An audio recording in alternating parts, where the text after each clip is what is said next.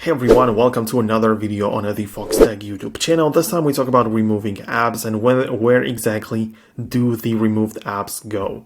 And it's an interesting topic because there are like different apps. For example, you have an app like Phone or Settings, which you cannot possibly delete or remove from your iPhone. However, if you hold down anywhere on the home screen, you get to the edit mode, everything just starts to shake, you have the minus icon next to everything. So for example, I seemingly have the option to delete the settings. So when I click on the minus, I have the option to remove it from the home screen. So remove settings and the app disappeared.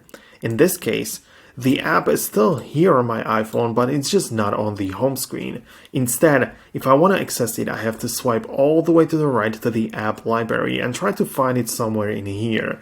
The folders and the sorting has been done automatically, you cannot change it, but I can already notice that it is part of the utilities, it is right here, so I can get to the settings fairly normally. So in this case, when I remove the app, it just stayed inside of the app library, no problem, right? So I can always just grab it and bring it back if I wanted to. Also, if you cannot find it within the folders, you can always just use the search bar and look up the settings and you can already see that it is right there. But this was just the first example. Besides that, there are different apps from Apple or even from other developers that you can delete. For example, let's take a look at Maps. If I just hold down anywhere on the home screen and go to the edit mode like this, right? I just click on the minus icon next to Maps.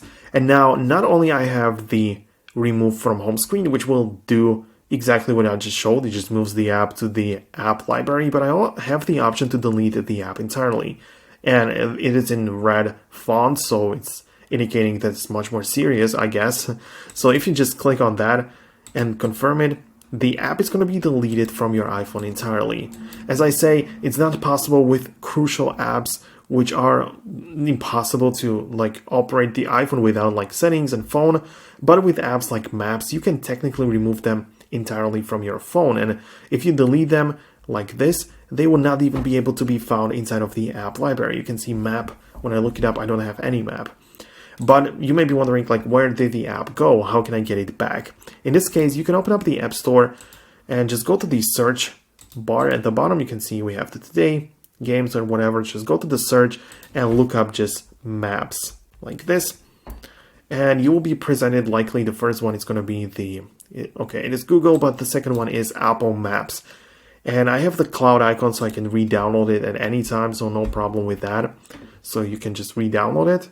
It takes a bit of the time and it's going to reappear on your phone. So you can see it's just loading up inside of the app library as well as on the home screen. So this is very useful. This is where the deleted and removed apps go. When it comes to other third-party apps, I don't know, Discord, when you just click on remove, the same options. Delete the app so you can always just re-download it from the App Store or remove it from the home screen only, meaning that it's going to be available in the app library. So this is how it works. This is what you need to know about it.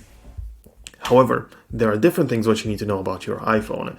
And many different things are included on the Foxtecc educational platform, which you can join for free. It's linked down below in the description. And in the classroom section, you can watch many different courses. I just finished the full course for the dynamic island on the iPhone, so you can watch it there for free. It's accessible there, so I'm going to wait for you inside. Thank you very much for watching, and I'll see you in the future.